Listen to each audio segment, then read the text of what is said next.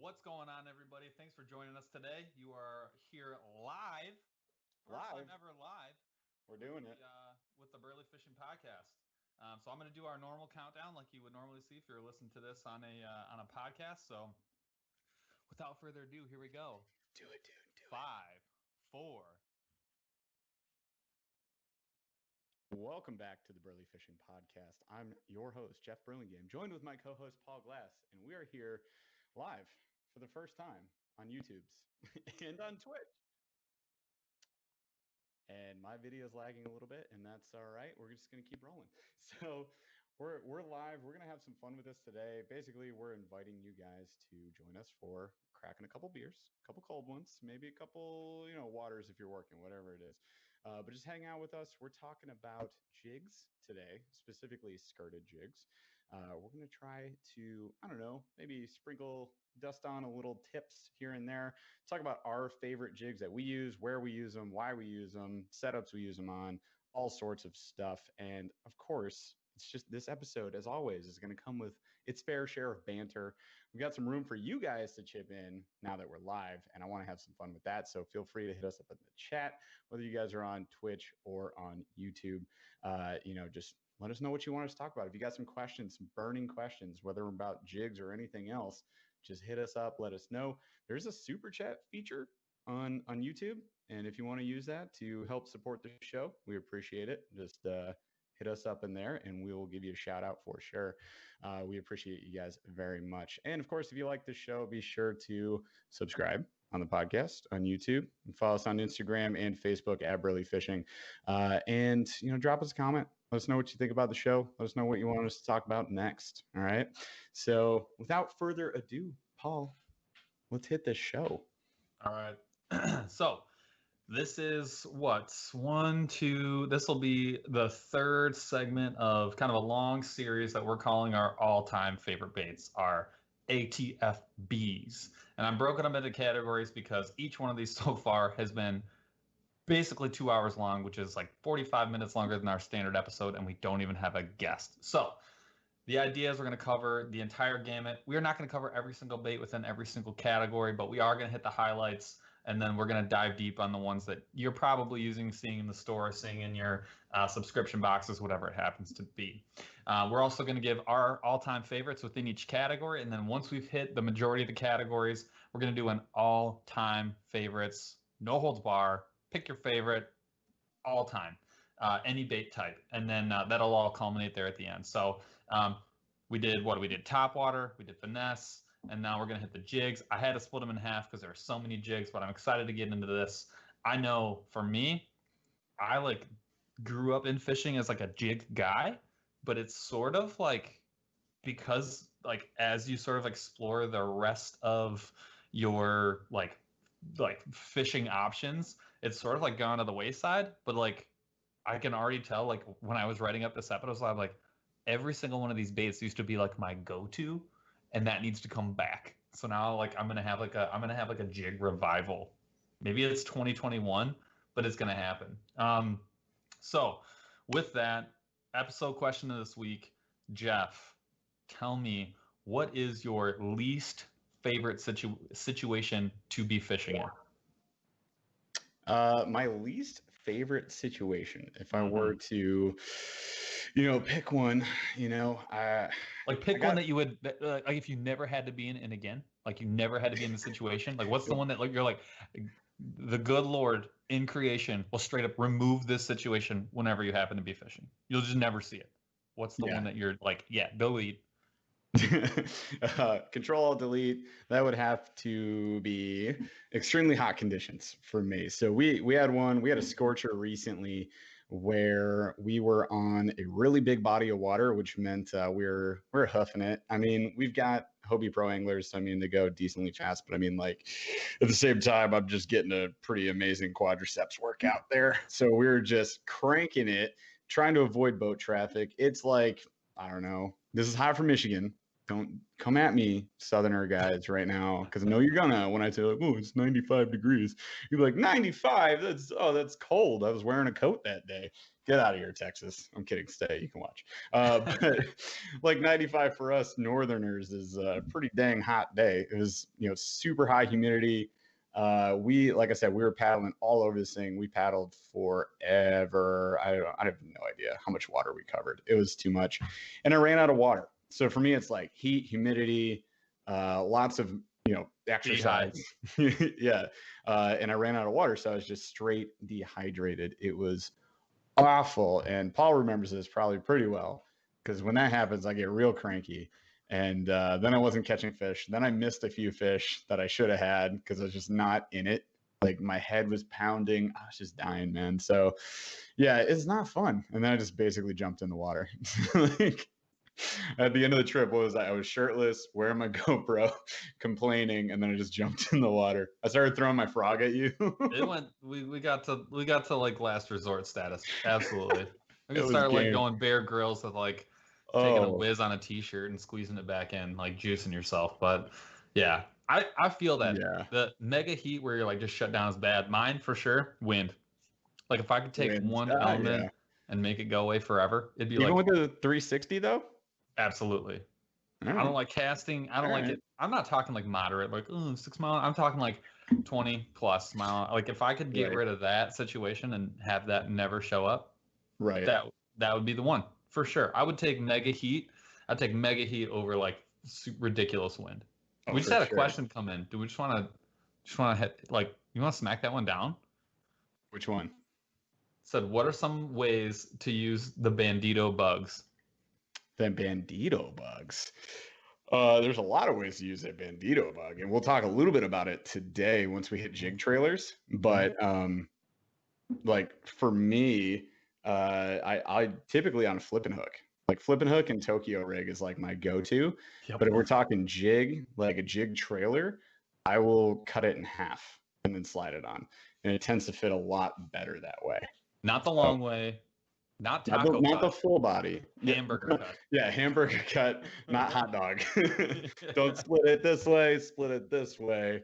And it works really well. Mm-hmm. All right. Hopefully that answers your question. All right. Let's do a real quick. I'm going to kick us off with what we've been up to. I think this applies to both of us. We both got our Monster Bass August box, the Topwater box. Jeff's taking a hiatus to switch cameras. We both got the Topwater box. There were mega good baits in there. I don't want to go through every one. I think we can hit the favorites, but we both fished the heck out of that box this weekend. Oh yeah, so much. Like tons of time into that box. I can tell you, I'll tell you right now, I walked that Patriot. I probably walked that Patriot 10 miles. I walked the hell out of that. At least. So I'll tell you right now, like if anyone got that box, there were poppers, there were plastic frogs, there were 2 of your like standard hollow body frogs, at least 1 or 2. There was a buzzbait, which I have zero opinion on because Jeff lost it in one cast. Before I never even touched it. Never even touched it. I handed it to him in the packaging, never actually touched the bait. I have negative opinion. I will say there was some line in there, some fluoroline, which whatever. It's great for fluoroline, not necessarily topwater. Hooks are great, but I think the Bass Hicks popper was it the Anthony 2.0? Is that what it was? Yeah. Holy dude, that thing casted a mile, was not super heavy, had the fur feather in the back hook, which is like my favorite. Big ol' eye, nice white neon color. It was sweet. Right. I broke mine. It's epoxying on my workbench right now to fix it because I liked it that much. I'll just give you mine, man. Like I did lose your Excite buzzbait. Well, I'm gonna have to. So great, I win. I will say, like I hit up the team at Monster Bass. I was like, hey, so I kind of threw that straight up in the water. Can I have another one? And they said maybe. So we'll see. I'm trying to see if I can get my hands on one of those fat bastard frogs too. The flaming frog. I want the flame. There's a flaming popping frog, and I knew it was coming.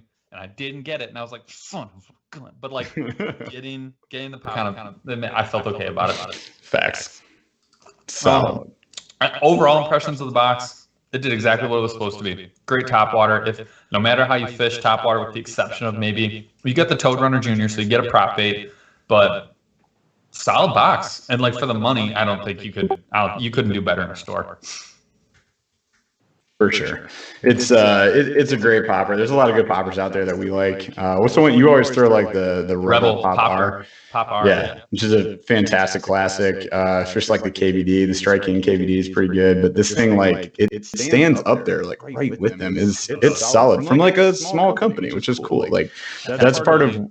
Yeah, 100%. The castability was absurd. Like even on lighter rods, like it was just like it was awesome. But yeah, I like that they include baits like that in these boxes sometimes. Like support small local businesses. I mean, that's what I like to do. So that was awesome. It's a good box. I was happy with it. Maybe we can get the buzzbait back and like maybe try it. I don't know. Do some justice. Yeah. Alrighty. I'm getting multiple comments on my phone right now that there's an echo. So noted. We're working on it. Boss, but we gotta, just so everybody knows, we have someone working in the background right now that's doing all this for us. I'm doing nothing. The Oracle. Chad is right now the puppet master, pulling strings and making this happen for us. So I want a public, gigantic thank you. Echo or not. No, they said it's fixed. We're good. Pulled the right string. Well done. All right. So that's the what have you been up to? That's the question of the week. Let us know what your favorite or least favorite fishing situation is. I'm sticking with wind. I don't care what Jeff says. Well, I mean, with the 360s now, I'm just saying, like, it's not that bad. The first day we had our 360s on the water, it was like 20 miles an hour. We're just like, this is fine. Favorite. I'm owning it. I'm dying on that sword. All right, so we're here to talk about skirted jigs. If you care about skirted jigs, if you care about jigs in general, if you care about fishing in cover, fishing in rocks, fishing in any situation, this whole thing right here, with the exception of maybe topwater, this is for you. So, Jeff, do you want to define? Tell me what a jig is. Maybe I don't know. Maybe I'm listening to this episode and I'm like, stop saying jig. I don't know what you're talking about. Stop saying jig. So there's actually many different kinds, but today specifically we're talking about skirted jigs. So this is going to look something like this if you guys are watching on Twitch or YouTube. But you've got basically just this lead weight, maybe tungsten, molded to a hook, usually a more stout hook, something like this. And you got some sort of a brush guard. Sometimes you can go finesse jig. You can get a lighter wire hook. You might get a lighter wire guard. I'm seeing like just the single wire guard there as well. This brush guard might stick straight up. In case of maybe a swim jig or something like that, it might come back on an angle. It might be cut funky, but essentially it's this right here. So weight, hook, guard. And skirt. And a skirt, because it's a skirted jig episode, man. So the skirt is a bunch of like rubber, like legs, basically, like really thin appendages, like in a skirt, like basically like a hula skirt made of rubber, that are tied right behind the head, a dangle behind the hook, and they just flare up every time you slow that bait down, every time you jump it, every time it's sinking. It's creating a lot of movement, disguising the pattern of your bait, creating a larger silhouette, and it's just murder. So what makes these so versatile? Well, what makes a great jig, I'm gonna tell you right now, it's versatility. Like a lot of these rigs you could use in different situations. We'll go through which ones can be used in which one, but like you could use a punch rig in a pinch as a swim jig if you needed to, by changing up the trailer, by trimming the skirt, by doing a couple things. Like you can use all of these in different situations for different things. If you have a jig box where you've got like 2 of each of these in different colors, you can fish almost anywhere in the water column very effectively, because of the trailer is such a big piece of it. And when I say trailer, I'm talking about a piece of plastic that you're threading onto that hook that's either slowing it down, making the profile bigger, changing the color, making it look like maybe a bottom feeder or a fish or a fluke. I mean, you can by changing up your trailer, creature, whatever, you can either slow the pace of your bait down, give it more action, less action, change the color, lighter, darker. It's really crazy how customizable they are, because there's so many pieces to them. So I have technically 8 different categories that these fall in. Some of these have a couple of different names, but these are sort of there are probably some tertiary versions of jigs that we may not hit, of skirted jigs that we may not hit. We'll hit the rest of jigs in another episode, but as far as skirted jigs go, I want to start with one that is one of my favorites because it kind of like pre-rigs what people would like rig themselves. Like my first two, number one is the punch. So a punch jig is like the Mac Daddy of jigs. It is probably going to be, if not the heaviest, the second heaviest. Gigantic. Up to like 2 ounces? Somewhere in that neighborhood at the high side. At a minimum, it's going to probably be like half or 3/4 at a minimum. Yep. It's going to have an extra heavy duty short shank hook. So that hook is going to be super, super short. And it's going to be super heavy duty because what's going to happen is, well, I'm going to keep going. So it's going to have a large head, but it's going to be pointed in such a way that it can punch through like matted grass or lily pads or just heavy cover. And it's going to have a big old beefy weed guard. So that's like the brush that's keeping the weeds off of your hook. And the idea is you're going to huck this thing up in the air. You're going to let it come down with all the force it can on a spot where you think there's fish. It's going to blast punch, i.e. punch jig, through that matted grass, and it's going to get all the way down to the bottom. Now you can do a couple things to either get it all the way down quick. So if you rig a fluke or a really thin profile craw or like a smaller profile bait, it'll just get down to the bottom really quick if that's where you want to be. And then you are jigging it up and down and taking advantage of that skirt to flare up and down to try and draw fish in. Or you can put on like a bandito bug, right? A large or a creature bait, a really large profile bait with lots of appendages that's going to slow that down. So yeah, that 2 ounces is blasting through, but once it hits the water, it's getting slowed down by that trailer, and you might get a hit on the drop. The reason it has the super extra heavy duty hook is because if you catch a fish in that kind of cover, you're going to want a winch.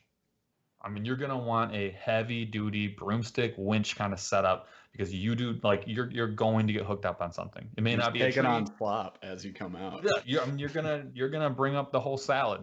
That's what's gonna happen. So it's a bass with a side salad, baby. Exactly. And these do come in like 2-piecers too, I will say. So you could tie like a big old heavy flipping hook on the back, and then before you do that, you're gonna rig up what is essentially a giant bullet weight. A lot of times it's gonna be tungsten, and then you're gonna have a skirt attached to that. And so it's sort of like a way for you to take a regular rig and you're like, you know what, I like this as a flipping hook, but I want to add the skirt, or I want to add tungsten, or I want to increase or decrease my weight, whatever it happens to be.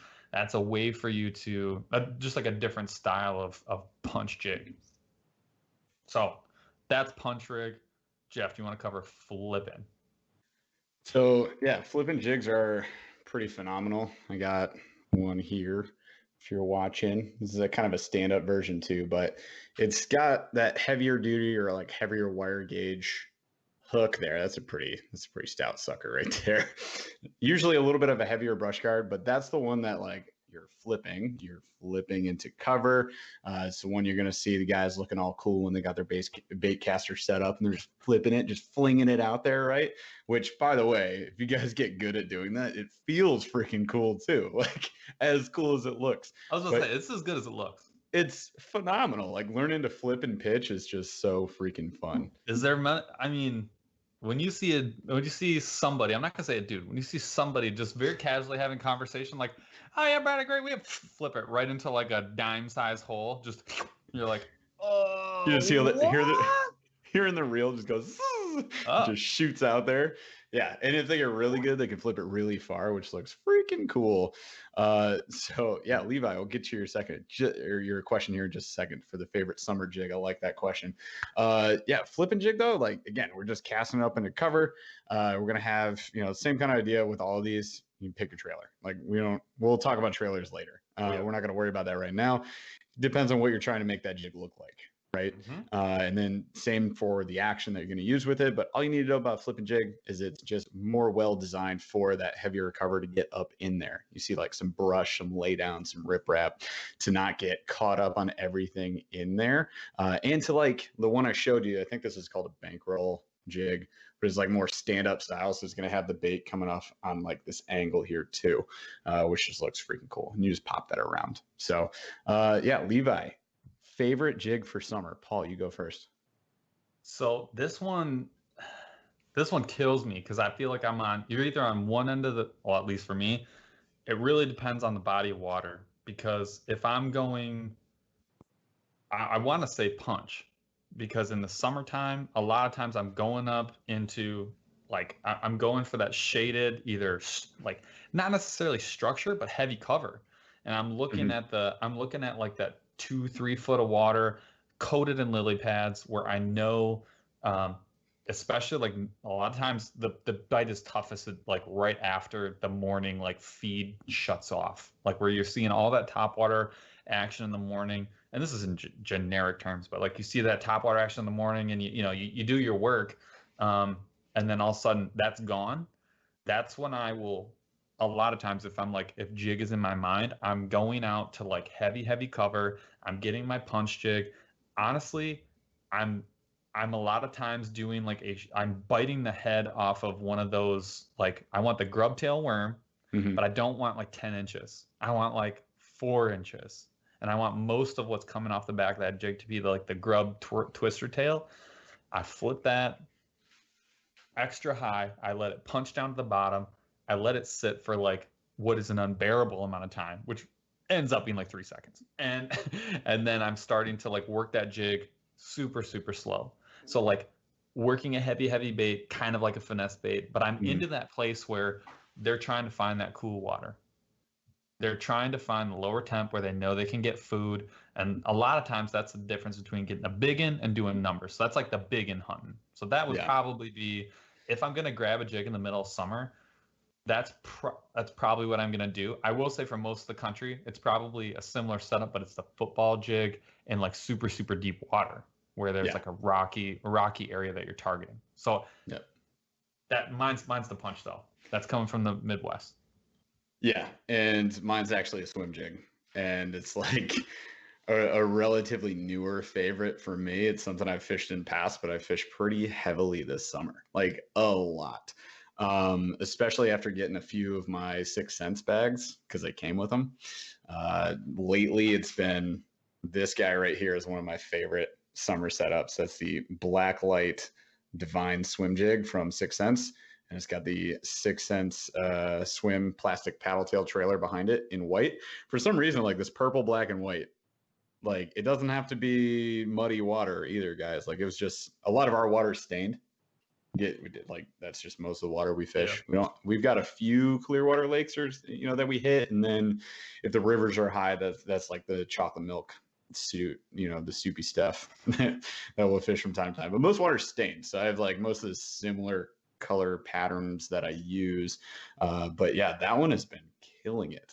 Caught some big ones on that this summer so far. 6 Sense is money, man. Whatever they put their mind to, it seems like it's solid. Yeah, it's been good. And like that one in particular, going with what you said, like it's versatile. Like I can fish that up high in the water column. I can wait, let it sink, fish it low and slow. I can pause it. I can flip it. I can do all sorts of stuff. So there's a lot of options that we have with that, which is pretty awesome.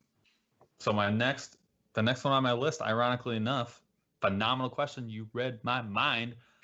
Was actually swim jig. So bam. For those who don't know what a swim jig is, the general definition is, think about it as how you would use maybe like a traditional jig with like some sort of swim bait. So it's going to be a lot lighter. It's going to be like 3/4 or less typically. I think 1/8 is probably, maybe half is probably your standard size. You're going to have a light wire hook, so it's not going to look like you're punching your flipping rig that's like an iron, like it's not rebar, right? It's like a standard kind of wire hook. You're going to get a nice trim profile head that's meant to lead up to a plastic, like a paddle tail, more often than not. It's going to have like to Jeff's point earlier, that brush guard that's making this weedless. It may be non-existent. And if it does exist, what it's really meant to do is just to kind of head off some of the stuff like the tick tick tick of weeds. It's just to keep that off your hook and nothing else. So that weed guard might be like straight up versus like pressing right up against the tip of the hook, because the idea is if you get a hit, it's not going to be this giant swallow of a stationary bait. It's open water getting smacked, and then your reaction time is more important in that scenario. So everything is meant to be more open water scenario. Yes, we're still going to try and keep it weedless. Yes, we still have a skirt. Yeah, it's going to be lighter. It's going to be, you're going to want to use a more medium style setup, something with more sensitivity. That's kind of your swim bait, and you're just running that typically steady retrieve. You might be hopping it. That's a great way to do it. But more often than not with a swim jig, you're swimming it through the water. You're imitating a bait fish more often than not. And that is that's sort of like a relatively new thing in like just like the fishing world in general. Is like the skirted swim jig, like 5 years. Yeah, it's been around, but like in the tournament scene, relatively new.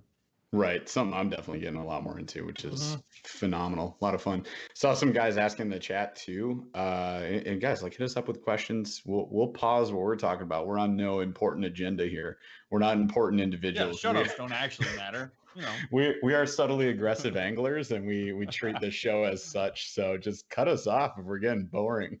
But I saw some guys asking like what kind of line you would use on that. I know we're getting to rigging later, but I feel like we'll both say the same thing in that it's usually braid, depending on the rigging. But for our conditions, like we fish braid pretty much all the time. Depending on the jig that we're talking about, Paul's talking about like that punch jig, we're going heavier braid. Swim jig, I'm going lighter braid. And maybe in certain circumstances, if it's a lighter swim jig, maybe I go fluoro if I want to get it down as a leader. Right. I'm usually going to always have like braid on there though. I mean, it's always like the backing on actually all of my setups. Like our bass aren't shy where I'm fishing. So I can go straight braid a lot. And I would say, so we're going to step into a time portal. I'm going to the end of the episode when we typically talk about rigging. So I've now stepped through the portal. We're talking about rigging. The idea is you've got to match your setup to your jig head weight. Yeah. Your flipping punching setup is going to be the exact opposite of your swim jig, maybe your finesse setup. Right. Your finesse swim jig setup is probably going to be a medium heavy at the most with like a softer tip, a stiffer tip, because you want the sensitivity, but you can't use super heavy line. If you got 30-pound braid on a finesse setup, you're going to miss hits because the braid is too stiff to tight line that and let you feel every little thing. To Jeff's point, braid's very important because with a lot of these, when you're jigging, you're maintaining a very taut setup, but you need to feel every single thing so that you know when the strike happens and you know when you set the hook. And a lot of these situations, you're flipping cover. We talk about most of these being weedless. That means you're in a weedy situation. So when you set that hook, you have to have a solid hook set to reel that fish in. If you have a half cock setup, you're probably gonna lose that fish. It's probably going to happen. There's a good chance. Stout hooks means you have to have stout braid. Now, what I will say for a swim jig, like this is just a generic, flipping, punching, anything heavyweight, 3/4 ounce or more, I'm going with either a heavy setup all the way up to like a Magnum heavy, depending on the cover, and I'm using straight braid. That's just, again, generic. Anything on the lighter side, your finesse jigs, your swim jigs, maybe even like a lighter, like casting or structure jig, which we'll cover in a second. So anything lighter, we'll say like 3/4 ounces or less. I'm using probably braid with a mono leader, and I'm probably in like as far as like weight, like rating, I'm probably in like the 15 to 20 pound braid at the most, and I'm going all the way down to like maybe like 8 or 10, 12 fish, 15, whatever pound mono as the leader. Part of that's to get it down. Part of that's to maintain the appearance and like let that jig do its job and have the action. And then the rest of it is, as far as the rod, I'm using probably a medium heavy, somewhere in that range. The lighter the jig, the lighter the setup. The heavier the jig, the heavier, more stout the setup. I think if you follow that rule, you're probably going to be okay most of the time in terms of castability, catchability, and then sensitivity. Well said. So hopefully that helps. If you need me to say that again, I can certainly say that again at the end of the episode. Go through the portal again. Stepping and back, if you could just stepping back through the time portal. Now look actually, at that. we had Sportster06 asks, do y'all ever use the Carolina rig or Texas rig? And yes, the answer is yes, but wrong episode. Yeah, man. Go Absolutely. check out the episode. We actually just got dropped today. Yeah. You can look at it wherever wherever you find podcasts, you can find it. But Carolina, Texas, 100%. Go check out the Finesse. I want to continue because we're hitting these and we got a time limit. I actually was challenged. If you listen to the episode that we did with Rabid Baits, the challenge was put out there for me to fish the Carolina rig. I legit went out into my garage like right after that and tied up like a handful of those so they were ready to roll. Guys, ask Paul if he's fished these Carolina rigs though. But not for a whole day like I said I would. You said that was a challenge. You were like, all right, bro, I'm only bringing Carolina rigs in my Busby, and I'm only going to fish them all day. I'm leaving the Busby at home on the next trip. Set, I will do it. Dang. Oh, next sorry, dude. Trip. Next river trip, That's 100%, man. But we did talk about those today. I just want to point this out. Today is a double podcast day. So for those of you that don't like super long episodes of two dudes drinking beers talking about fishing, then sorry. For the rest of you, you're welcome. And from now on, though, it will be like we shifted schedules to the live schedule. So now the way this is going to work, I think, and Chad will correct me in chat if I'm wrong here, but we're going to go live every Thursday here on YouTube and on Twitch. You guys can follow us on Twitch if you want to, twitch.tv/BurlyFishing. You guys are probably on YouTube. Or check us out on both. We love you both. And we'll be going live there. And then we'll take that recording. We'll post that on the podcast networks the following week. Yeah? Did he say yes?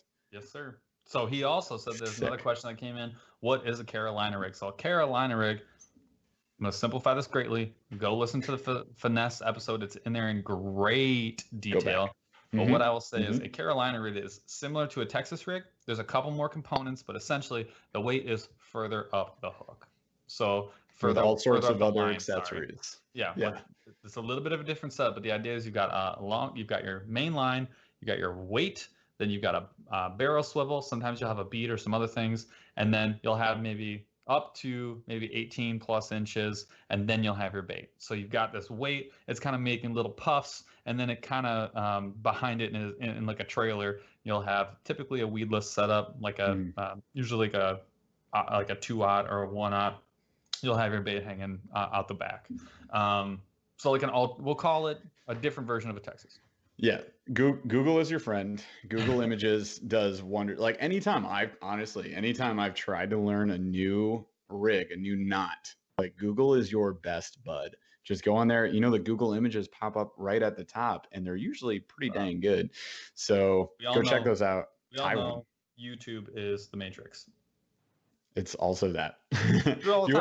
Dude, if you want to like fall into this like other portal, go look at knot tying videos. There are two. Don't watch mine. They suck. Watch other ones. I made 2. I'm sorry. Like there are way better ones out there that you guys definitely should go watch. They're phenomenal. I could watch them for hours. I know Paul does. Paul probably goes to sleep watching them. Straight up after this podcast, he's going to sign off. He's going to sign off. He's going to go YouTube. He's going to knot tying videos. My wife's watching this. She's like, nerd. Straight up. All right. So that's Carolina rig. More details in the Finesse episode. We need to cover the rest of these jigs. Casting / structure jig. So this is what I would say is like your catch-all jig. It's sort of like in every category. It's what I would consider medium. Medium weight, 3/4 ounce, somewhere in that neighborhood. The head is like cylindrical, but it's cut with like a point in it typically. Medium length hooks, like a little bit longer shank, but definitely not long. Medium wire, medium brush guard with enough room for you to catch like some open water grabs. This would be like if I don't know what I need in a situation, you grab this one, you're going to be like 70% close to what you need. This is I feel like this is it's the best casting one out there. It's the best in like tree cover or medium grass cover. And again, whenever you really don't know what you need, this is going to have probably 80% of what you need. This is not necessarily, I will say though, the one that's like out there the most. I feel like jigs have become more specialized, so these actually have become harder to find. They are going to have rattles, no rattles, there's unlimited versions out there, but this is what I would say. It would become like your catch-all, do it all. It'll work in almost every situation. It'll do what you need it to do. You'll struggle with punching, but everything else, for the most part, it'll do what you need to do. Fair? Facts. Fair. Very fair. So then we're getting into Jeff's neighborhood. Oh no, the finesse neighborhood. Hit me with the finesse. Welcome to the neighborhood. Just make finesse sure jigs. Finesse jigs. I feel like if you saw one and you didn't know what it was, you'd be like, "This would not work." You would go, "What the freaking heck is this? This won't work. This is stupid. Don't give me this." Yeah. Welcome to the finesse neighborhood. You got to be very quiet. Don't make a lot of noise. Move very slowly as well, please. So finesse jigs, like the most obvious factor visually to pick out a finesse jig is what's called a spider skirt. It looks like a skirt that was put on wrong, and you're like, hold on, they didn't fluff the top part down. It looks bad, right? It's like this guy was fly tying for the first time, didn't know what he was doing, but it's on purpose. So like that skirt kind of comes up the top, like flourishes on top. I don't have one next to me. That was like the one thing I didn't have available at the moment, but finesse. So let's just imagine finesse for a second. We're probably lighter. Maybe a lighter weight, lighter wire hook.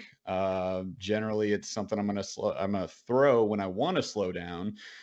Maybe later seasons, early spring, late fall, maybe even like winter, depending if you don't have ice. Like we have ice all the time, so we can't do that. But marabou jigs, another, yeah, the river. Like it looks like a little tiny craw, which is just like a super easy prey to go and eat for a bass, and like easy meals are easy pickings. I think they look great in the water. Like the extra flourish of the top of the skirt adds some extra action to it. Typically they got like a ball head, football head, maybe just because they're knocking around some structure, kind of letting it drift in current. Paul was mentioning the river. Like that's what we do. Whenever Paul and I go fishing in the river, I have Ned rigs, which is like this without a skirt. So you guys know I fish Ned rigs all the time, but one of the main things I like to do with a Ned rig in the river is just let it drift. And you do the exact same thing with a finesse jig. Just like let it roll. If you're in a lake, it's one of those, you're going to let it sit, pause a little bit longer. You're going to lift and let it, run back to the bank wherever you're fishing from, or run back to the boat. Like that's fine. Lift and swing method is good, or pop it around. But I mean, it's just smaller, lighter, causes less commotion. It's something you're going to like let fall a little bit longer through the water columns. You let it sit a little bit longer. Like that's finesse. Slow down, piss them off. They'll bite. It's like my favorite way to fish. This is the other side of what your favorite summer bait should be. Go heavy, clang and bang, hit them in the face. Mm-hmm. Move fast. That spider skirt does help the ball head jig stand up a little bit. It does move a little more water and give you something for the fish to key in on. This is another thing that I think, it's been around, but I think with the spider skirt, the way those wire, it's like 2 wires for the weed guard that really cut down on the profile. Those are relatively newer-ish in terms of like what's popular and out there. Z-Man obviously is making just money versions of this, and everything pairs really nicely with their plastics. Whatever you want to call them, elastics. But these things, you have to rig these right. They're going to be really, really light, like 1/8 ounce or more, a little bit more than that. But you get the right rig, you can still cast them really well, like on a dime. Jeff, I know, is like out here flipping them with his medium rig. So you get the right line, like a 10-pound, somewhere in that range or equivalency. And these can be really deadly. The exact opposite of this would be like a football jig. Now, football jig is like if you took a football and the point was facing you, you flipped it exactly sideways and you shoved a hook in it. And you put a big old skirt and a big old, it's like got a medium size, I guess, like brush guard. The idea behind a football jig is whenever you're fishing like a rocky area, but you need to be on bottom. So this is definitely a river setup, but it's really a deep water setup because they are typically going to be heavier, 3/4 plus. 1 ounce is probably your average range. These are standing straight up. They're not getting hooked up in rocks as much. and these get sucked. This is probably of all jigs, if you went to a store, this is the one you're going to see the most of. This is probably the most popularly used skirted jig out there. I don't use them a ton because I don't really have a lot of rock situations where I'm using them, but I do know that this is like sort of the quintessential skirted jig. Anything I miss, really, it's going to have a wide gap hook too. This is not going to have like a small aught. It's going to be a monster. Anything I'm missing anything I'm missing on football jig? Do you have one in front of you? I don't, because we don't fish them that often, honestly. We don't. But I have like 2 or 3, and sometimes they have flat bottoms so they stand up, but for the most part, this is to keep you from getting hooked up in rocks. Bank fishermen love it. Deep water dudes love them. Yeah, for sure. One like, this is kind of a combo bait, but like if you guys are familiar with like the Z-Man CFL Chatterbait, I guess CFL, also, or is it F? I don't even know what the other brand is. It's a combo brand thing. Anyways, there's like the free swinging skirted football jigs as well. It's like just another variation of that. Yeah. But yeah, it's just, we've mentioned it on episodes before. We've talked about it before. Like we don't fish football jigs too much. I don't know if it's rare. If I do it, it's probably on accident. Right? It's like, I don't know if it's the structure around us of like the bodies of water that we fish, or if it's we're in a kayak, we just don't have sophisticated enough sonar. Paul's is better than mine, so maybe we get into that later. We found this out on the lake the other day. We both have the Lowrance hook to, but you have the new one, triple shot, and which like I have the triple shot, but like yours is like 2 feet long. Mine's like 4 or 5 inches, 4 inches long, maybe. So weird. It's a little dense, more of like a traditional transducer. It's probably settings related. But yeah, I was picking stuff up. I did have a battery issue. We have rectified said issue. I do have a battery again. But yeah, it's like same brand, same general kind of setup, but yours is definitely more sensitive. So we're gonna have to figure that out. But anyways, yeah, if we're like pinpointing structure deep, that's what I'm saying. Like we don't do that too often. Like we've said this in plenty of videos. We bang the bank. Like we're hitting shallow. I can see what I got to fish. I use my sonar from time to time, usually like water temp and speed for trolling. Sometimes structure in like mildly deep water, but we don't fish too deep too often. We're not really hitting like deep water structure like that. So no, but we will be this weekend. This weekend we're living on my boat because we are going to a spot that's got 3. Is it deep?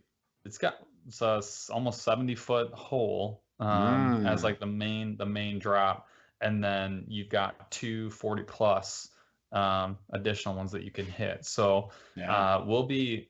I already know how I'm gonna be fishing this bad boy, but regardless, yes, not my wheelhouse. It's gonna be a fun trip, no doubt. So we've got frustrated Jeff is coming out. Just wait. Don't worry, there's plenty of bank for you. We'll see where they are. So the last 2 are I will say this. My next category is skipping jigs. So this is a jig that is designed to skitter across the water, typically under docks or cover, so like low-hanging trees, branches, things like that. I maybe it's because I don't know enough about them. I would skip any jig, I'll be honest with you, if I needed to. But they're going to be a little bit lighter in weight. They're definitely going to be in the medium category, but lighter than like your 2-ouncers.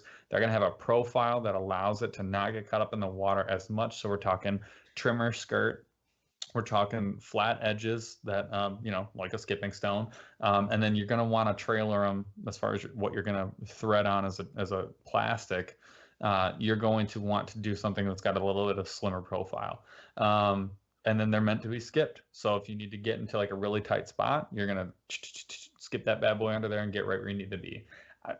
I'd rather probably just throw a flipping setup. That's probably what I would do in that scenario. But that's just me. They exist for this purpose. Cool. Super cool. Super tight. The last super one, tight, dude. The last one, I actually didn't have this on my list. I put it on here, people. I think it does qualify as a jig. So I've been proven wrong. No, it totally does. Yeah. But but I will say I didn't consider this because of how different it is than what you would consider a jig. It's totally a jig. Different. But if you think about what a jig is, which is that weight, that letter tungsten weight molded to a hook, it's there. It's right there. Oh, yeah. And then we just threw a blade on it. We're just, do whatever we want. This is a chatterbait. So we're talking about chatterbaits. And I think whenever you talk about chatterbaits, everybody's mind probably goes to Z-Man.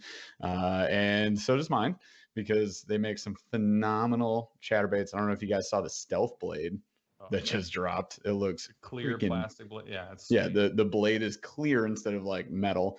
Looks dope. I really want to fish one real bad real soon. But chatterbait is like one of my favorite baits. It's just so fun. Yeah, period. Like if you guys on the top 5. Oh, 100%. It's, it's a blade bait, but it's a blade bait that makes a lot of noise. So you're thinking like maybe a spinner bait with like some Colorado blades, kind of like that, but it's knocking. Like this blade on top is designed to actually like knock side to side against that jig head. So it's making even that noise too. So you got vibrations, you got noise, you got all sorts of crazy stuff going on. And it's really fun to fish through grass. If you're throwing a spinnerbait and you're just getting clogged up every single time, like that's when I'll switch maybe to a chatterbait, especially whenever like wind picks up or you're competing against wind and current and stuff like that. Like I'll just like rip it through some grass and usually have some good success. Case in point, I was trying to like do a box slam for Warrior Tackle Supply on one of my favorite bodies of water. And it was a weird day where the wind was like kicking up every so often. It would just kick up for like 10 minutes and then it would disappear. And I'd be like, what the heck? So whenever the wind picked up, I put down whatever the heck was in that box and I picked up my fast reel, my SLX setup. And I threw out the chatterbait whenever the wind picked up and I caught a bass every single time. So it's like, it's my wind bait, like go to something I'm confident with, something I enjoy a lot. Usually throw like a paddle tail on it, but I'll give a shout out to my boy, Alex Rudd. You can throw some other stuff on it too. Like I saw this from him first. I didn't think about it, but throwing like a craw on that, it's kind of nuts. It adds some extra action. The little claws are kind of doing this in the back. Creatures. Yeah. So you just give it a different profile, different look. Again, throwing something at them they have never seen. So if you're in pressured waters, like that's generally my go-to. That was my Ned rig until people were like, Ned rig's amazing. And I was like, no, it's not. You guys should hate it. Like my home lake, when I started fishing the Ned, like nobody ever fished it. I'd be like 30, 40, 50 bass, like every single trip. I was like, you kidding me? And now they won't even shake their head at it. Yeah, they know jerks. They know you, brother. Like, what's up, Jeff? Jerks. Oh, he's back. So the other thing too, I will say is there was a question about what's your favorite summertime jig. Yeah. I'll get lambasted for not saying chatterbait.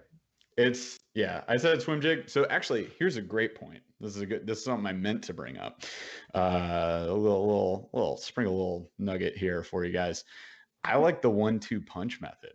And that is something I got to say I picked up from In Fisherman like a while back. Mm-hmm. But the 1-2 punch method is like you throw one bait and then you throw something like similar to it, but maybe with less action or less noise, right? So my 1-2 is the chatter swim. So I throw a chatterbait. If they're not hitting that, because chatterbait's like my go-to favorite thing. They're not hitting that. They want something a little more subtle, but maybe I'm getting like bites. Maybe I'm getting misses. I feel it bumping, whatever. I know fish are there. Throw the swim jig, and then I get them on the swim jig, or vice versa. Like they need a little more noise to get more agitated. So the 1-2 punch works both ways, but it's a super amazing technique that you guys can employ. Find baits that are similar, but one has like more is like the annoying one and one is less annoying, right? Like the finesse and then the loud clattery one. And you throw one, if they don't bite that, you throw the other. You don't just like do the kitchen sink method, which is like, that's me. That's me, born and bred. That is how I became a fisherman. Like you can look in my boat and Paul's boat after a trip. Oh yeah.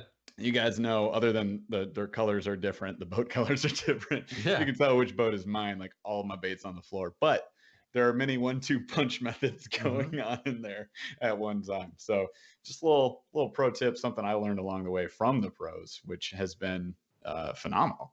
Like I love having that method. I always think that way now. It's like, man, they're not hitting this, but what if I do this? Flaming hot tip. That's actually a good call. that was the last category. The one thing Sick, I want to we did mention it. about the one thing I want to mention about all of these is that we talked about tungsten a couple times. If we haven't driven the nail in the coffin hard enough, tungsten can kind of change your ability with all of these.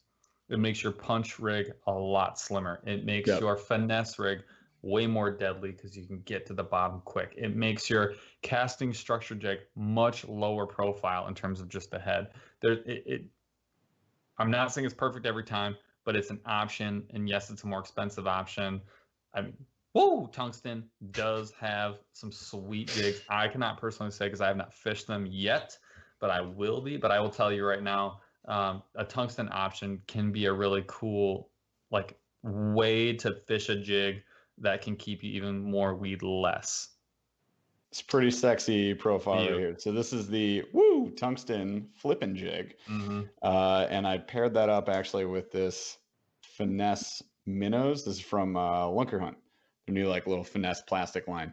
And it like the size of that paddle tail just fits it perfect. The color matches up perfect. It looks heckin' great. They also are kind of, I think they've got the market cornered on those 2-piece punch rigs where you've got like a skirted flipping weight.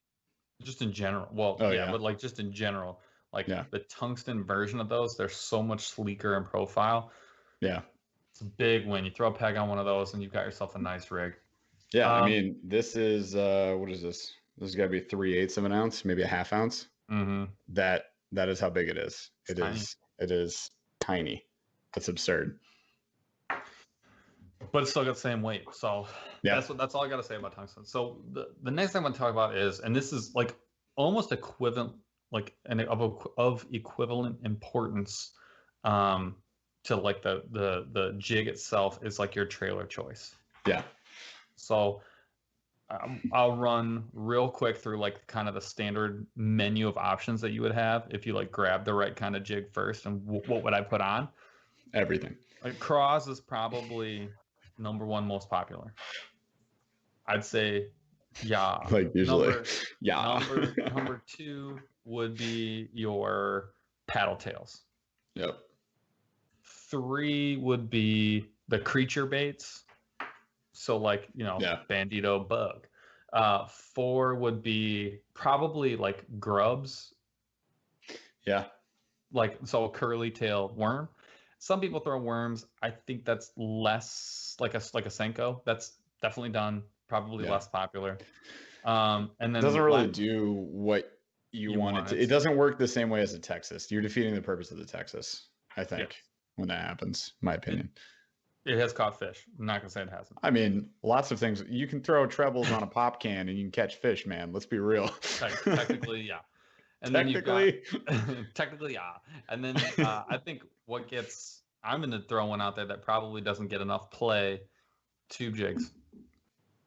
When you're running those finesse baits and you get a short tube jig on there, you get a nice big fat profile with a low weight. Dude, that is something that I do not see people rigging up. I don't know if I've ever seen anybody do it. That's not true. It's a rarity. It's definitely lower on the totem pole. I've seen you do it. and when I saw you do it, I was like, why are you here? Go away. But I will say what you're really doing is you're just giving. So some people run their jigs no trailer. You're giving a small profile.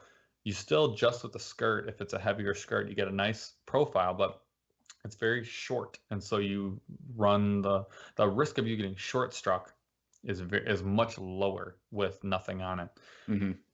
My opinion on running a tube is that I'm not doing it to swim. I'm doing it less in open water situations, but in a cover situation or a tree situation, you're essentially giving they're 2.5 inches at the absolute most, right? Like you're talking about shorter profile. You're essentially matching the skirt length. So you're just giving bulk to the skirt. And so you're running basically a naked jig that has a lot of bulk. And I feel like what you're really doing is just enticing a bigger strike on a shorter bait, and you're running the risk of you getting short struck is much lower. That's why I've been doing it. I do it. Actually, I do it a lot, and I almost always run. I don't run. So this is the next thing I want to talk about is colors. Mm-hmm. Well, actually, before we do that, the reason that all these are different. it's kind of easy to see why you'd put a paddle tail on versus maybe like a craw. A craw, you're going to work on the bottom, puff, puff, puff, work, pop, pop, pop, and do what a craw does, right? Defensive position, blah, blah, blah. Defense position. Defensive position. Crab defense. Crab defense? Yeah, for sure. That's what you're doing with like a craw, and then like a paddle tail, you put on a swim jig and you like swim through the water and it flutters a little tail, looks like a little fish, and like that's what you're doing. I totally understand that. There are a couple of other things. Oh, did I talk about creature baits? Did I hit creatures? Yeah, you said it. Okay, good. I just want to make sure that. So the other factor to think about when you're selecting your trailer is how big is it in the water and how big and gangly are those appendages. So the reason that's important is it affects your drop rate.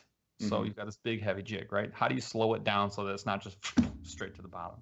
How do you want it to work down a little bit slower and give it some time so you get hit on the drop versus getting hit when you get to the bottom?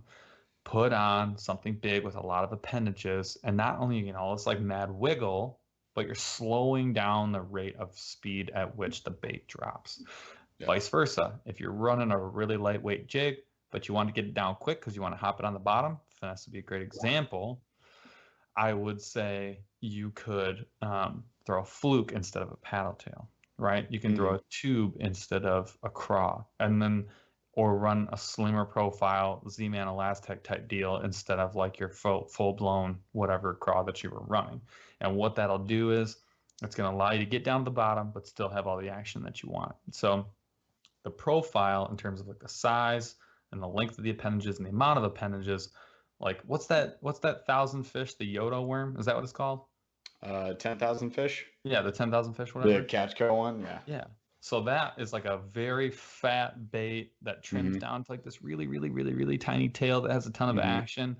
That's a great option for slowing down your profile, but still maintaining the action. A creature bait that's really thin gives you tons of wiggly appendages and tons of underwater action when you're jigging something on the bottom, but gets you down to the bottom quickly because it's actually a pretty streamlined bait. So there's a lot of different things you think about. Think about how you want this to look in the water and then select your bait profile accordingly. The next thing that I think, once you've kind of done that, the next most important thing is color. You basically have two options. You're either going to match or complement, right? So if you got like a green pumpkin, you're going to want to select like a natural color or something similar that's close so that it all looks like it's the same profile. Or you're going to pull a Jeff and you're going to bring that at like midnight color bait and you're going to throw a white trailer on it. Heck yeah, bro. And I think, I'll tell you right now, I wrote this we have an email list that's out there. I did a write-up on jigs and on jig trailers and all that other stuff. I think if you're going to like build a box for the first time, you're going to get some jigs and try and fish them. Every single version of a jig you get one in black and blue, and then get one in like natural brown green. The natural brown green is going to do you wonders in clear water and relatively stained water. The black and blue is going to do phenomenal at night and do phenomenal in any super stained or dirty water conditions, because you're just going to be a profile that stands out. That pretty much covers the gamut. Now, there's everything in the world in between. I'm not saying those are the only things that matter, but if you're starting off and you don't know what to grab, that's kind of the rule of thumb. And then those are also really easy to match, or at least complement. Black and blue is an easy one to complement. Anything dark in general is going to, for the most part, going to match that. Then on the flip side, that green natural, everything from like white to green to pumpkin, even red, all of those things are, even chartreuse, they're all going to match fairly well with that kind of profile. That's kind of my recommendation there. Yeah, for sure. I mean, there's a lot of different options out there, guys. I mean, for me, it's straight up experiment. Mess around. See what they friggin' bite. When one doesn't work, try something exactly opposite. Exactly. 100%. Exactly. Like, at the end of the day, one of the things we say a lot is, there's fish there. So if you're casting up if you make a beautiful cast right into the perfect spot and you don't get a bite, that means you got the wrong thing tied on to the end of that line. So just change it. Try again, right? That's what we do. I mean, we hit it. We're like, that's got to be a fish. You probably hear us say this on videos 1,000 times. that's a fish, and then there's no fish. So, you know what we do in that real life situation is we just cut it off, try something else, like 9 times out of 10. Oh yeah, for sure. I'll keep going until I've run out of stuff. I mean, we talked about that kitchen sink in boat. Bruh, I threw it. Bruh. So there's a couple of things I want to talk about. We're running low on time, so I want to hit the top 5 favorite jigs. Yep. We save it for the end. Now you know what we're talking about when we talk about it. Let's go ahead and hammer the top 5 favorites. Jeff, do you want to go first? I will be generous in this first live episode to you. I'm going to be the good guy. You could be the rude guy, and you go first. Good guys, bad guys. Got it. All right, so mine I actually already showed, and it's this bad boy right here. Yeah. That is that Divine swim jig from 6th Sense in black magic specifically. But I also like their citrus shad color. So, you know, if you go dark light, which is generally how I go, I don't really go subtle in between. So I'm pretty much really loud and bright or really dark, like just going for the profile picture, right? So it's like the black magic, black light. It's called black light. They do have a crankbait called black magic, which is pretty lit too. But anyway, so yeah, fire. The black light is that purple and black, just beautiful color. I love it with that white trailer. It's fantastic. This one alone has actually caught multiple bass, and this is the same trailer, so it's a pretty well made trailer. Just saying, it ain't no elastic, but it's doing pretty dang good. But I like that. And then the citrus shad I would pair up with a like a chartreuse paddle tail. Any kind of chartreuse paddle tail. There's a lot of options. Nice. Yeah, it's just a fun bait to fish. My number 1, Terminator, is a brand that you'll see at a lot of like in-person stores. They're in a lot of spots. Yep. They make their casting structure. They use VMC hooks. I love the shape of their head. I feel like the shape of that jig head allows you to do a lot of different stuff. If I could only have one, I know that I could, in almost every situation, get a rig where I can rig this up and make it work. I think it looks unbelievably good on a fluke when it gets jigged, like as a like inside of structure, like inside of like a tree scenario where you don't know what's at the bottom, but you know you're casting into like heckin' stuff. Terminator, the pro version with those VMC hooks, that thing is money. And I do think that I've never trimmed one of their skirts. Never had to do it. I think they're always perfect. I really, really like their skirts. Terminator's on here twice for me because I actually, that's big fan. Because I grew up with them, but I like their stuff. I am a huge fan. Those and the VMC hooks, that actually is the hook for me.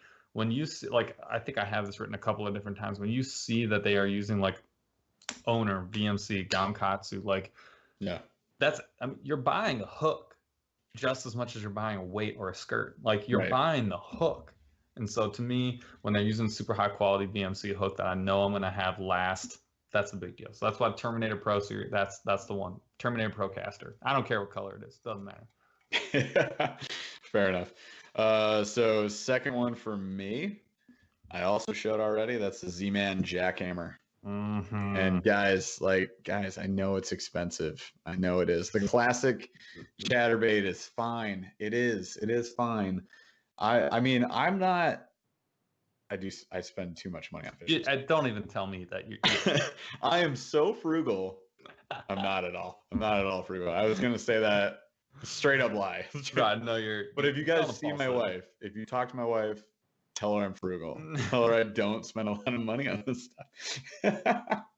The Jackhammer is just such an upgrade from the classic, or there's a middle one too. It's like there's the classic is like $7, and the original is like $7, and then they have another one, and then they have the Jackhammer, which is like $18. And I get it. It's scary. Tie better knots, I guess. Like, just don't lose it. Climb a tree if it gets in a tree. Like, swim for it. I don't know. Like, I haven't lost one yet. One in a box? No. Yeah, no. I've gotten the original Chatterbait 4 or 5 times in several boxes. And they are good.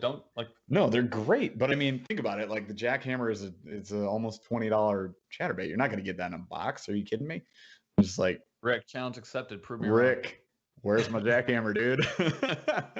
But I'm telling you guys, the action is so insanely on another level with the jackhammer versus the original or other chatterbaits that I've fished. It's insane. It's well worth it. They come in a plethora of colors. The one I fish the most is just this green pumpkin, and they paint the blade. That blade is green pumpkin, which does make a difference, I think. It's just they're pretty sweet. I love it.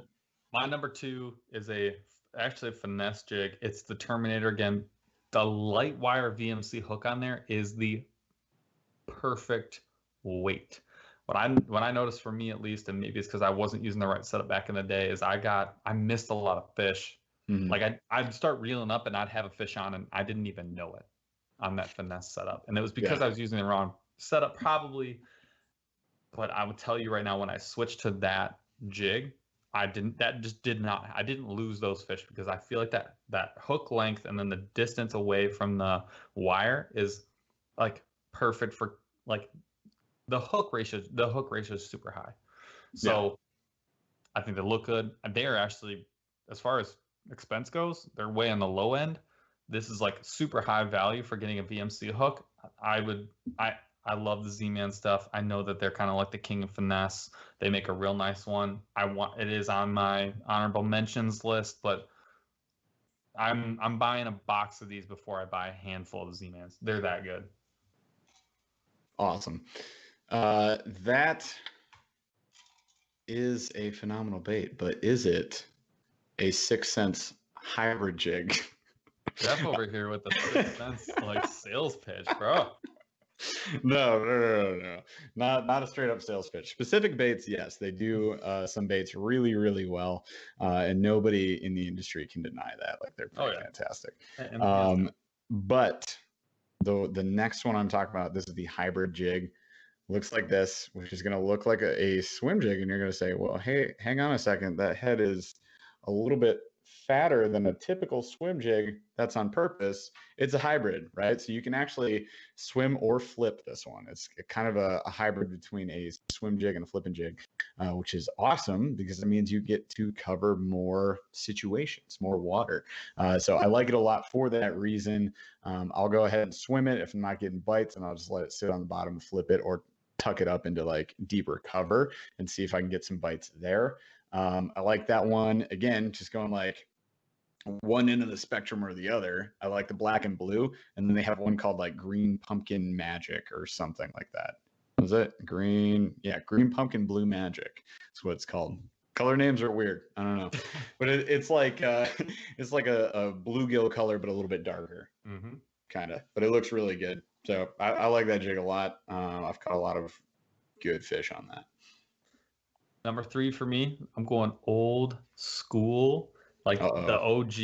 I don't know if it's BICO or BICO, but it's capital B, lowercase I, capital C, capital O. But this is the original.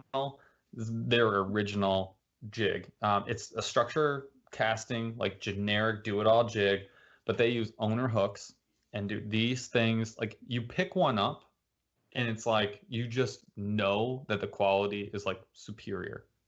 Like, there's some baits like you pick them up and you just know they're better. This thing is money.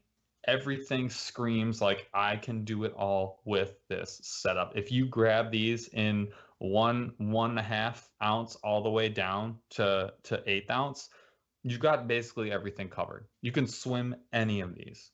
They don't disturb the water so much, but they definitely cause some action. They have a nice rock. You can throw it into trees. You can punch it if you got the heavy one. They just do it all. And with that high quality hook, it's so forgiving in heavy cover to have that high quality hook. You get a great hook set every time. One of my favorites. And also another one that, I mean, honestly, for what you're getting, I think these are in like the $6 range. That's, if you're tying good knots and you're not giving these things away, like, that is a very, very like do it all jig. You really can't go wrong. I feel like we got to do a basic coverall episode of like how not to lose all your stuff on your first fishing trip. Like, you've seen me in the river. I ain't giving up nothing. No, Oh man, we'll fight for them too. We get stuck in our fair share of trees. Let's not lie about that. There's if you had seen the full edit of my video from our last trip, Which one? Just from last weekend, the one that we just posted on Wednesday. I legitimately the Topwater video. Yeah. Oh, I was in the tree one time you saw. That was nothing. That was like 10% of the time I spent in the forest inside of my boat. I went on like legit excursions. I'm not giving this up. The one that you saw actually was that branch that Bass Hicks was on was legitimately 20 feet in the air. I reeled down. The tree. You pulled the tree down. Grabbed it down to my level, and I was like, bro, I'm bringing this in. I don't care what you say. I had to put all my rods down into the boat in order to like make this happen because I was practically climbing that tree. Yeah. So, yeah. No, I'm not giving it away. I deleted those parts out. There was actually you were in a tree. I was also in a tree 4 or 5 times that day. So like we're playing games. I'm not giving up. Part of fishing is climbing trees. I don't know if everybody knows that. Part of fishing is retrieving baits. It's very important. Yeah, we got Connor Andrews has some questions here. What do you prefer as far as jigs? I'm in a lake. We unfortunately, Connor, we've hit pretty much all of these so far this episode. But the two that I talked about, Terminator two Pro, go-tos. Two of my go-tos, the Terminator Pros, casting structure with the VMC hook. It doesn't matter what color it is. You pick whatever color you want, but if you have to buy two, get the black and blue. They're kind of the OG black and blue. They have like the black even has like a sparkle in it. It's a really nice color. They also do a really nice like a natural. It's not a green pumpkin. It's just like army green. It's sweet. You can't go wrong with either one of those. Yeah. The other one would be that BICO, BICO. It's lowercase or capital B, lowercase I, capital C, capital O. The original. Get their all-purpose like structure / casting version of their original jig. If you can only get one size, I'm going to say 1/2 ounce. It's a little light. You could go 3/4. You could go 3/4 and you might be better off with like heavy cover. So I'll say 3/4. With 3/4, you can do almost anything except for it's going to be a little hard to swim, but you could put a big old paddle tail in there, like the swammer, the 4-inch swammer. You could throw that on there and you can get almost anything done. Those are my two like generic do it all, almost any scenario. If you can only carry one, those are two options that I would highly recommend. So if I were to do just two, the double whammy here, I'd be throwing that Chatterbait. I mean, if you don't want to spend a ton of money, just get the Z-Man original Chatterbait. And then this is again that Woo Tungsten. Sorry, Woo Tungsten. Flipping, but it's also a very tapered head. I don't know if you guys can see that. You can swim this, and it's tungsten, so you can get away with a smaller size, heavier weight though, and you can get this thing down where you want it to be. You can swim it, you can flip it, pitch in a heavier cover. If I only had 2 jigs, I'd probably have those 2. It's not perfect for every scenario, but you're asking like, what's a good jig for a lake, which is a very generic question. I got a friggin' box of jigs. There's 2 of them. They're all good. They're all good for that. These are what we talked about. Is like these are custom for every scenario. So like that's why I didn't want to do like a full rigging outfit setup, because it's like there's no right setup. It all depends on the jig that you're using. You want it to be castable, but it has to be heavy enough for you to winch out of cover, or it's got to be light enough where you can still cast it. But you got to feel every single little thing. So it all depends on the. Says he's got a quantum bait caster, so yeah, that's perfectly fine for it, man. Just throw some braid on there. Make sure you're fishing braid if you're doing this, especially in a lake. Yep. And if you're not, and if you're on like, let's say you're on like just 8-pound test, like kind of like a standard, rigging setup for a spinning outfit, just go lighter. That's why I recommend that 1/2 ounce, especially on a spinning setup. You're not going to be winching anything out with a spinning setup. He's on a bait caster. Oh, I'm not listening. I'm not even here. So if you're on a bait caster, I just said it. I'm not listening. That's what I'm doing. It's like you with the show notes. You don't even know what we're talking about. So I'd go 3/4 ounce. I'm permanently upset. I'd go that 3/4 ounce. So. Fair enough. Did you do your number 4 yet? We got to roll. Number 4. Number 4 was the Woo. So Oh, you got to do it. I did do 4. you don't get a number 4 now. Now it's my turn for number 5. My number 4. I'll go super quick. Strike King, the tour grade swim jig. It is like, to me, it's like all the things you want a swim jig to be. Like when I see a picture of that Strike King, I'm like, that is all swim jigs. It's got like it hits the middle of everything. Nice tapered head. The paint on those is, personal opinion, It's a commercial. Super. That's a nice swim jig. That's not a swim jig. That's not a swim jig. Super durable paint too, which honestly for me, a swim jig, like I know you're not like beating up the same way as you are some of these other baits, and like tungsten's always gonna have better properties for maintaining color, but super durable paint. I have had the same one for like its entire, like my entire fishing life. Like it's one of the first things I got and I still use it. They're striking, those tour grade ones, super high quality. Absolutely. So my number 5. We're on number 5, man. Speaking of Strike King, here we go. I also have Strike King. Yeah. Mine is going to be the tour grade Finesse, because you guys got to know my top 5 cannot not be rounded out by a Finesse bait. Like just straight out I fish. Of the Finesse that I've seen out there, it's one of like the prettiest ones. It's like, it just looks gosh dang fishy. It looks really good.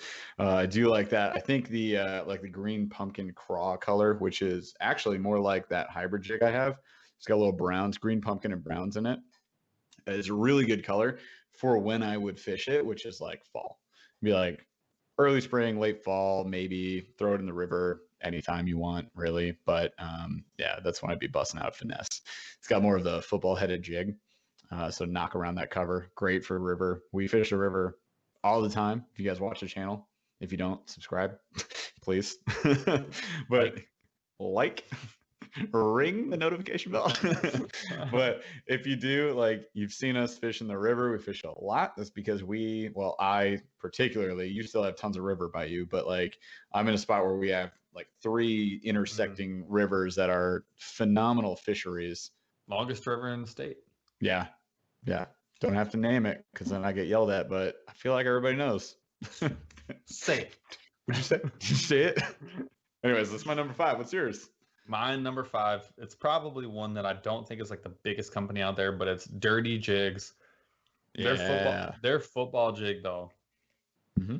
If you looked at their whole lineup, like in your hand, that football jig, it's a big old profile. Where I think it excels the most, I know people is like, oh, use it in rocks and all that. Like, dude, I use it in like very tall milfoil. But you don't know what you're doing. You have no clue. What are we talking about? I use it in really tall milfoil where I'm gonna work it like I'm gonna like straight braid, super heavy duty, super stiff setup. I'm flipping it as far as I can. And what I'm doing is I'm just working it around that milfoil, but when there's not a lot of lower cover. So we're talking like 20 feet of water. The only thing coming up is that long, tall grass or like weed, whatever you want to call it. And I'm just like very slowly working it around. And it's got like a textured, they have one with a textured bottom. It stands up really nice, little puffs. And I'm using an extra long curly tail worm. Like, biting it off sometimes because you will get short struck, but that is like, to me, that's the monster hunter. Like that's the one where I'm like, I may only get 3 bites, but when I get bit, dogs are out. Like that's the one. So that's when I do, when I get bit, it's go time. So that's essentially, and I don't own. I think the only ones I own are 1 ounce or more. Yeah, it's the monster hunter. Yeah, so makes sense. That's my number 5. That's our top 5s. So now you guys know our top 5s. We also have some honorable mentions. Oh yeah. Because why not? There's always some where you're like, it can't be my top 5, but it's pretty amazing. Mine I thought this one was obvious. I thought it could have been it very easily could have been in my top 5. The Z-Man Cross Eyes. It's money. Must have hook. I will say this. Let me quick pause real quick. Just one little insert this here. They do or have made a clearance jig that was straight trash. And I threw it. I literally, the only bait I've ever on purpose thrown in the water. Oops. Like accidental purpose. I threw this bait in the water. It's the one that had you were talking about this earlier with Finesse. It's got the V-shaped brush guard.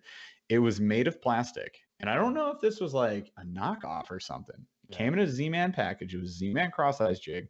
Came in a secret bait box, I think. No, it was monster bass. And it was a monster bass box. I don't know, man. I don't know what happened. I'm pretty sure it was MB, and it was like the only bait I've ever gotten from them that I was like, man. And I literally threw it in the water. Yeah, because it was the X-Zone box. It came in the X-Zone box. I was trying to fish it. Yeah, I threw it came with the X-Zone, the muscleback finesse craw that you love, the floating claws. I rigged that up to it.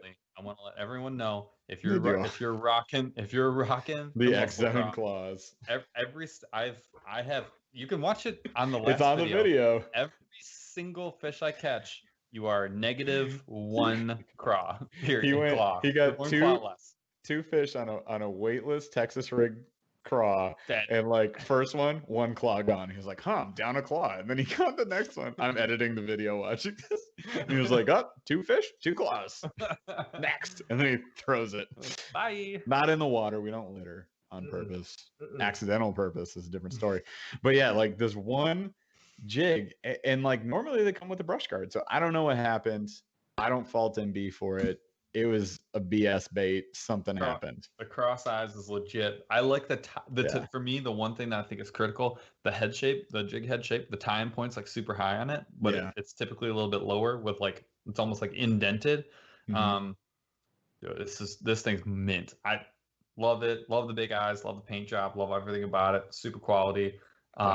Didn't make the top 5, but it's right there. I think the next one was mine too. Mythic is another one of those like smaller brands, not quite as big or well known. Yeah. They make tungsten heads. Those football jigs are money. They get stuck a little bit more, so I think they're they're just less rocks. This is like why the football head jigs are coming out. But like if you're looking to hit grass or like medium-sized cover and you're looking to make a big poof in like softer sand areas, this is the jig for you. This is the jig for you. And they're also, as far as a tungsten head goes, and I'm a tungsten dude. These mythic tungsten football heads are super nice. I'd highly recommend them. Facts. I threw this last one on here. It should have been on there the whole time. Very important honorable mention here. Going back to Strike King here, real quick. The Thunder Cricket. The Strike King Thunder Cricket is a phenomenal chatterbait. It's one of those baits that can really rival the Z-Man chatterbaits all day. It's better than all of the cheap models of Z-Man. It's better than all of those. It's very close to being as good as the Jackhammer.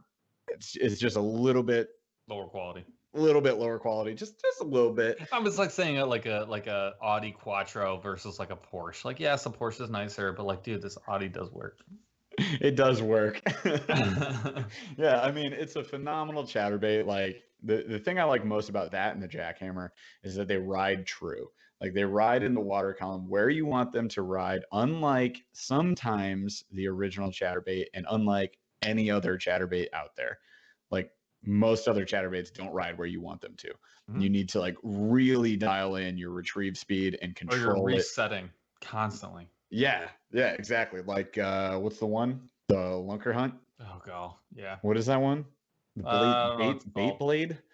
It's a weird name. It's like the bait blade. It sucks. It catches fish. Most things do. It's a struggle to fish. It is when you tie on the Strike King Thunder Cricket, it does what you want it to do. It took me 45 minutes to really dial in and like start working at the depth that I wanted that Lunker Hunt version. It took a long time, and you can also watch that on a video. The first day we got these kayaks, it took a while. It's hard. It is more difficult to fish than it should be. I'm just gonna be honest. That is what it is. That's my opinion. We want lures to be fun. We want lures to be fun. To work the way they should work. So that's our list. That's our top 5. That's our skirted jigs. I'm probably gonna not do regular jigs for the next episode. I'm gonna give you a break Too many jigs, bro. It's a lot of jigs, man. Thank you for joining us live. Thank you for asking questions. We will do this more often. Tell your friends. If there are questions, you can be way off topic. We will stop and answer them unless there's only 12 seconds left. I mean, legitimately. No, we will anyways. We probably if you guys just want to ask us about us, it's fine too. I don't care if it's off topic. It's whatever. Like that's part of the fun of doing this live. Like it's just been Paul and I locked in a bunker during quarantine. You know, the past like 6 months, we're getting sick of each other. I don't want to look at your face anymore. I want to talk to some other people. But I mean, I think this is a lot of fun. Of course, this is our first live. I guarantee there were some quirks to the whole stream, but I want to thank Chad for hooking us up, being our guy behind the screens. He has fixed a lot of problems already today. I just want to point that out. Casually on the fly. Casually, he's like, don't worry, fix it. Don't worry, fix it. I'm just in my chat like, thank you. So Chad's been amazing. He's the one that's really pushed us to do this in the first place and allowed us to do this. So thank you, sir. You're a gentleman and a scholar. And we will be doing this in the future. We're going to keep doing this on Thursdays because we are two dads that fish and we got kids and we have to go at this time of night. So if you want to join us for a beer in future weeks, please do. If you are not of drinking age, join us for a pop. That's fine too. We say pop in the Midwest. So you can join us with a pop of your choice and just hang out and talk about fishing, talk about stuff, man. Whatever you guys want to do. We'll have a little topic. We'll have a little fun. We'll have a little banter. I think it's enjoyable. I hope you guys enjoyed it. And if you did, be sure to subscribe. You can subscribe on YouTube. You can follow us on Instagram, Facebook. It's at Burly Fishing, or Paul on Instagram is at Paul_J_glass. So you can go follow him if you want to see some other shenanigans. He does a lot more hunting than I do. So if you want some like hunting stuff as well, get some ducks. Ducks is coming up real soon. So if you want to check that out, go check out Paul and subscribe to the podcast anywhere you find podcasts. But most importantly, if you guys could drop us a 5-star on the podcast and, you know, a comment, something, just say something to us. We'll shout you out. We had a review, I guess maybe a couple months ago at this point, and he finally got back to us. And I said, I'll give you a shirt and a hat and a sticker. And I did. I can't say I'll do that for everybody, but I like to hook people up whenever I can. And we do a giveaway on the YouTube channel every single month. Yep. So, I mean, hit us up, share us with your fishing friends. We appreciate you guys hanging out. It's been a heck ton of fun. And we are going to sign off at this point. Connor says COVID sucks. Yes, Connor. Yes, holler at your boy. Yes. Oh man. All right. I'm gonna let Chad take us out and we will see you guys out on the water.